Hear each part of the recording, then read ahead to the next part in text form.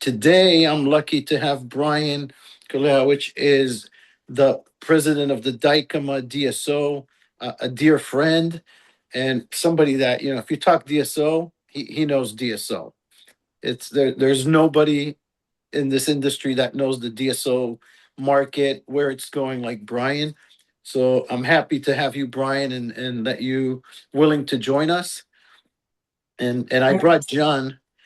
John's the president of Sleep Group Solution right now, and but he's been with me 20 years. We opened the company 20 years ago. John's over 20 years, was our second employee. We had a secretary, and John took him out of college, worked for a competitor, and grew to become a president. And nobody in the industry knows about dental sleep medicine as John. Nobody trained more offices.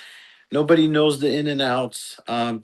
We always told him he can go to Eastern Europe and get a doctor license. We were always joking about it because he knows everything, but that never worked. And we just want to talk about sleep. We want to talk about apZme. We want to talk about why are DSOs not doing sleep, and actually take the why they're not doing it. Because every time I'm at this DSO event and everybody's talking about all on four, they're talking about Invisalign, they're talking about same store growth. Nobody's talking about sleep, and we understand why they're not talking about sleep, and that's what we want to change, and just talk about what we do, how we do it, and why you can be successful, and why you can also fail. Because if you know why you can fail, you got to decide: is this good for my DSO? Is this good for my dental clinic? And we'll continue. So, John, maybe. Or no, first, Brian. I want to hear Brian just talk a little bit because it's worth everything. Well, look, Ronnie, thanks for having me here. You've been a dear friend over the years, and I've been watching what you've been doing really, really closely, and I'm so glad I can be here today.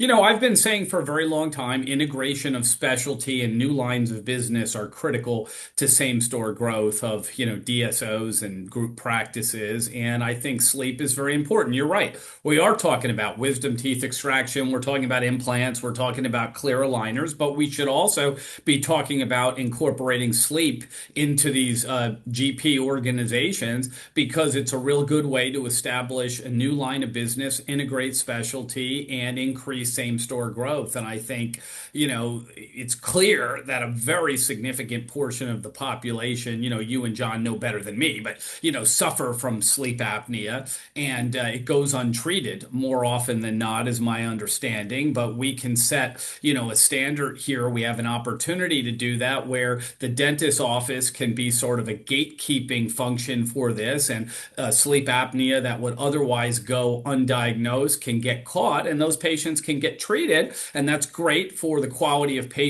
overall quality of patient care. But it's also great for the DSO or dental organization, because they can integrate specialty and pick up a new line of business, increase their revenue, increase their EBITDA, and ultimately increase their enterprise value. Appreciate that. Absolutely. John, maybe just say what apZme is. So when we Yeah. start, because I think people know me, even Stanley, former CEO of Henry Schein's been calling me the sleep guy for the last 15 years. But so people know me, but I think a lot of people don't know what apZme is. Right. So maybe touch what apZme is. No, for sure. Because you're right, Ronnie. People know us from the sleep world for a long time, but apZme is a newer entity. It's still us, but it's a newer, it has a newer place in this. And it really goes to address what it is that the roadblocks that happen. Now, whether it's a single practice or a thousand practice DSO, they're still going to run into the same roadblocks in sleep of why is it that somebody may be having a hard time integrating it? It's different. It's medical, right? There's medical insurance. There's physician referrals involved, and from a single provider standpoint, that's scary, right? It's hard to get all those pieces of the puzzle going. It's very easy to do an appliance or two here and there, but really to scale it and make it a business, it's complicated. There's a lot to it.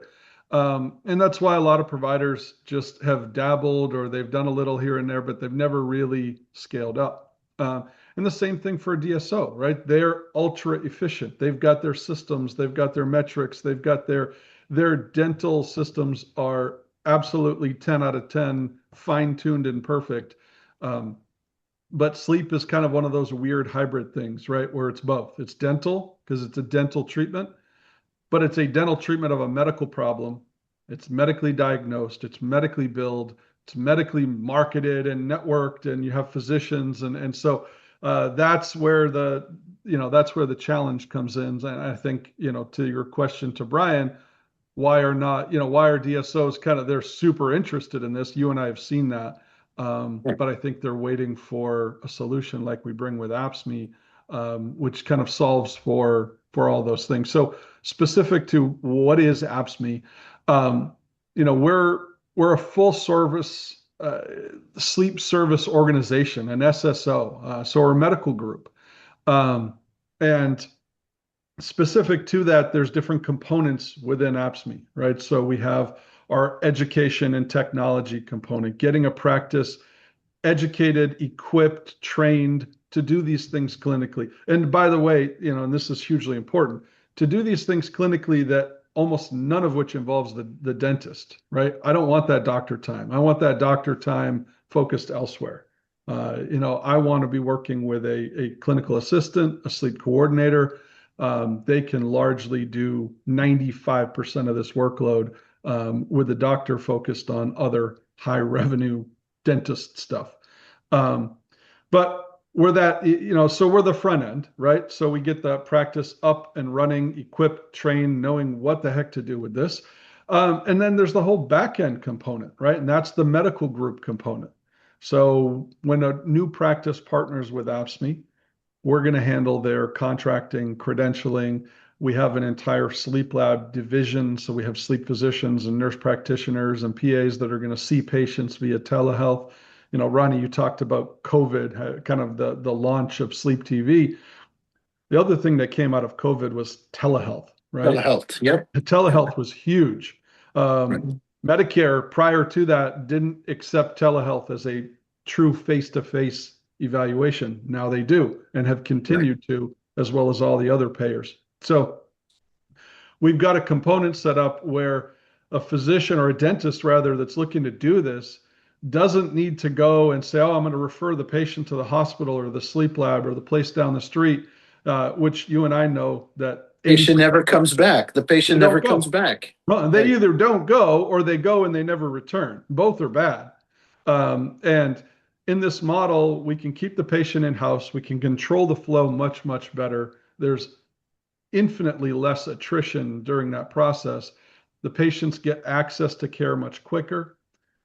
The medical group that our partner practices are a part of, now takes care of all that diagnostic burden and getting the patient seen and the telehealth and the home sleep testing and the medical billing and all that component, and get it kind of put back into the dental office, tested, prescribed for an oral appliance, ready to go for the device.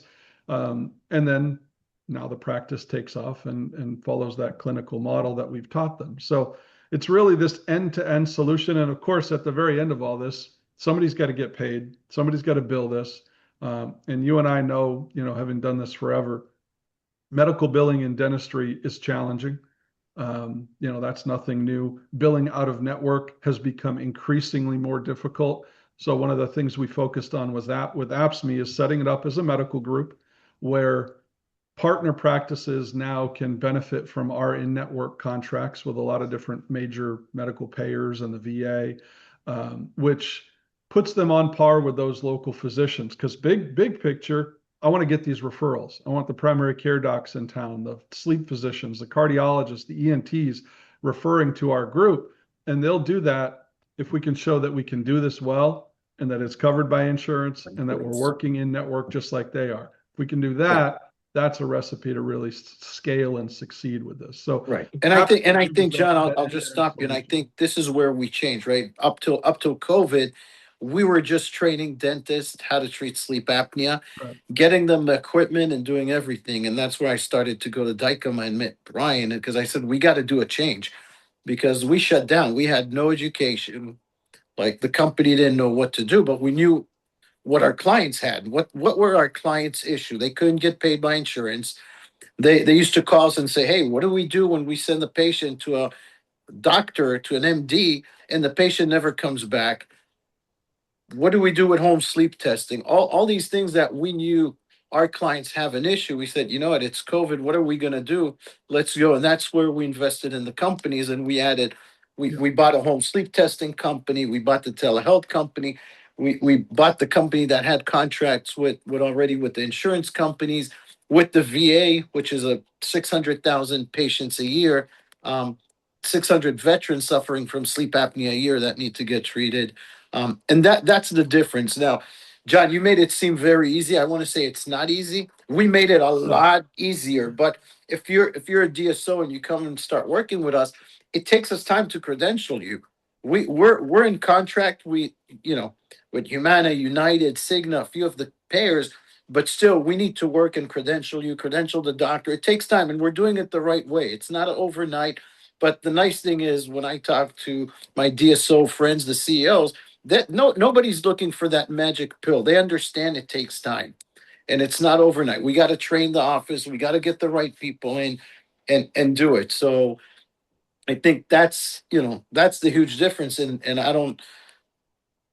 Nobody else is doing it, right? There were a few companies, but nobody has that full solution, from the education, the training, owning the home sleep testing, the telehealth, the contracts, and getting in network. So that's a big advantage. But John, I just wanted to stop you and say there's no magic pill. It takes time, and we stand No, behind what we say. no, there is no magic pill for sure. But if you have all the solutions and you set proper expectations, it's not a get rich quick scheme by any means. But the reality is, and this is really where, you can look to a DSO because they're seeing a ridiculous amount of patients, right? This is not a disease, as kind of Brian alluded to, where a couple people might have it here and there, right? This is a disease that 1 out of 4 of the adult patients that walks in the front door of every DSO practice in the country today, 1 out of 4 have diagnosable sleep disordered breathing, sleep apnea, right? So that means if they're seeing 30 or 40 people a day, we're not talking about, hey, a couple patients a month might have this. We're talking about dozens, hundreds potentially a month in every one of those offices. And most of them, the overwhelming majority, are not diagnosed. They don't know what's wrong, right? So it takes training, it takes education, it takes a good conversation. But I think from a DSO standpoint of, hey, what can we do to move the needle here? All right, we can only fine tune our dental system so much, right? This is something that you don't have to go out and market it. They're literally walking in this afternoon for hygiene. We just Right. have to have the right conversation, steer them in the right direction to get that outcome, which I think is a huge benefit. Right. And with the same store growth, you're adding sleep, you're growing, but also you're getting new patients, because that primary care doctor, the ENT, the cardiologist, he's sending you patients, and it's going to take time, but he's going to send you patients. You're going to treat them for sleep apnea, and the spouse is going to say, "Oh, wow, who's Dr. Rosenbaum that right now, treated you? You can sleep in my bed and you're not snoring." I've never seen anyone come home and say, "Oh, I did such a crown, and wow, the dentist is so great. I want to refer everybody to." But you know what? When I stopped snoring and I got my appliance, my wife loves that dentist. Yeah. And there's so many of those stories. And I get, I refer to that Dr. Rosenbaum, so many of my friends, and we all have that dentist that treats sleep apnea. So same story, bro. When everybody's talking about it, I'm sitting sometimes and I'm like, when is somebody gonna talk about sleep? When is somebody, if I opened a new dental practice, I would only advertise snoring and sleep apnea, and I would get more dental patients than any other new dentist in the neighborhood. just because people are going to come. No, All they right. will. So what's our plans, John? I'm going to talk about a few things. We have an advisory board. We're growing that. We started with Jerry Botko, which was the former AGD president. He's a veteran.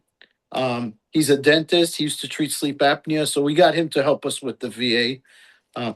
We've got Brian for a while. Brian's been helping me a lot behind the scenes. Nobody knows how much. Um, we added Joe Harms, that great, didn't show up, but there's a few more in our advisory board.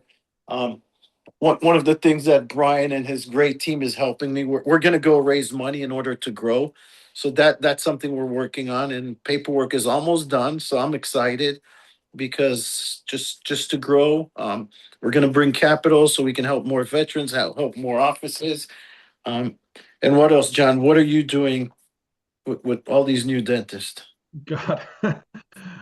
So, I mean, we're just, Ronnie, it's what you kind of started on. You talked about how the old days of we would sell, we would get a practice trained and equipped, and they're just, I'm going to say they're sort of on their own, but that's what used to happen, right? We would get them set up, we would teach them how to do this, they would learn, and some of them would run, and some of them have become the most successful sleep practices in the country.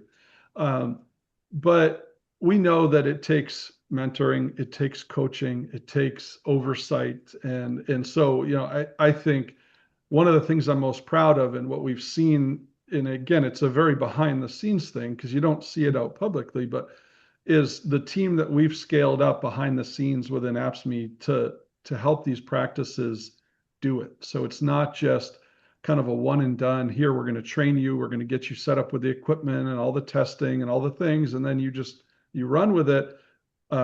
We've got a phenomenal team of people behind the scenes that we've built over the last couple of years to support these offices and hold them accountable and coach them and mentor them and train them. And almost on a weekly basis now, we're in new offices, providing that hands-on oversight, but dozens of times per week or virtually with all these practices. We've created a huge community behind the scenes, and I think that's what you need to have, right? You need that collective. So that's one of the things that I'm most proud of, and I know it's one of the biggest factors in what's going to make these offices successful down the road is that management, that oversight with them. And that's why, I feel like we can call ourselves really the only true sleep service organization out there, right? Because it's not just training and equipping them and handing them on their way. This is a collective group of practices that are now bettering each other, and we're working hard behind the scenes to make it happen, and it's going awesome. Yep, we've got a great management team, and every employee in the Yeah. company is just awesome. I always tell us in the meeting, I say it's such fun that you don't have to worry about, oh, I got to fire somebody or this. We've got a great group of people. Yes. This Brian, what would you ask John or me like about, because you see the success, you see the failures, you see what's going on in the DSO world.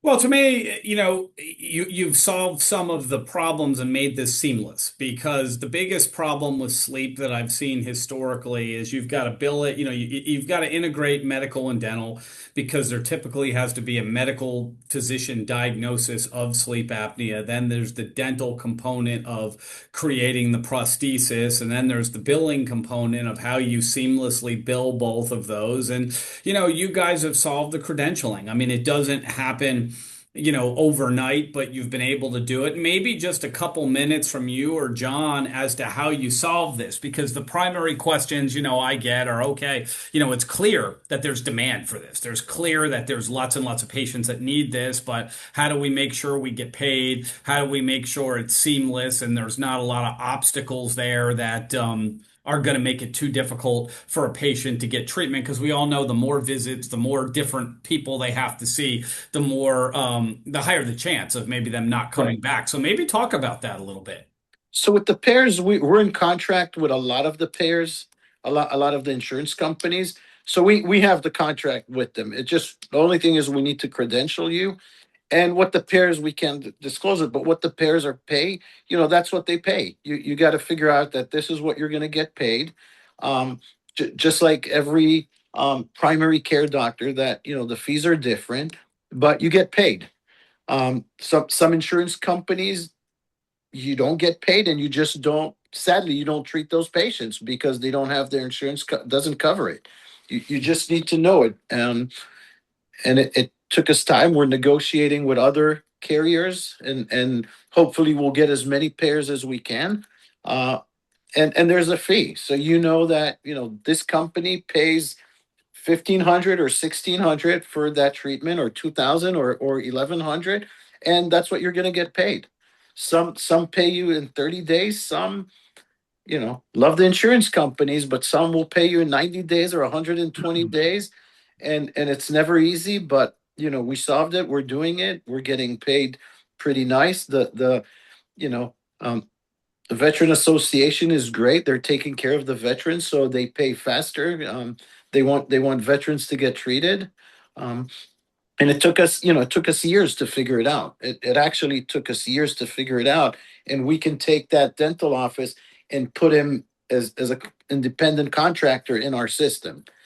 Well, So and that's, Ronnie's kind of describing how it's done, but that's a big difference, right? Because the old, I keep saying the old days. 10 years ago, if Brian, if you had an office and you said, okay, I want to do sleep, then we'd get you trained and equipped and set up. But then as far as medical billing, it was you're sort of on your own, right? And everything was done out of network, right? And that's still to this day, there's some that do it that way. But it's become increasingly more difficult to get reliably reimbursed out of network either, as well. So the model that we came up with apZme was, like Ronnie said, the member practices are like the contractor. So it kind of flips the model on its head, right? We're not the billing company working for the doctor. The doctor is a contractor to our medical group. And I think that kind of turns the whole thing around. And the medical group has contracts in place already with a lot of payers, not all of them, but a lot of them. So when a new contractor location comes on board, it's not starting from zero. It's not starting from scratch. It's getting them credentialed, which you have to do with everybody. But then the contract's already in place. Now it's just going to the payer, going to Cigna and saying, okay, well, we have a new member location. We already have a contract with you. We opened up a new office. Here it is. And it becomes much easier to add on new providers. And I think that kind of solves one of the biggest, like you said, one of the biggest hurdles that historically has existed. If we can do that and scale it, become consistent, like Ronnie said, the more locations we have, the more power we have with these payers as well to get preferred rates and negotiate. But as things scale, it's just getting better and better. Yeah, I mean, if you can solve for those type of problems, then there's really no reason, given that, like I said, 1 out of 4 patients, it seems, has this condition or needs, some sort of treatment. There's really no reason for people not to, explore this as a way of integrating specialty, new lines of business, as long as you can solve for these historic problems. Yeah, absolutely. Right. Awesome.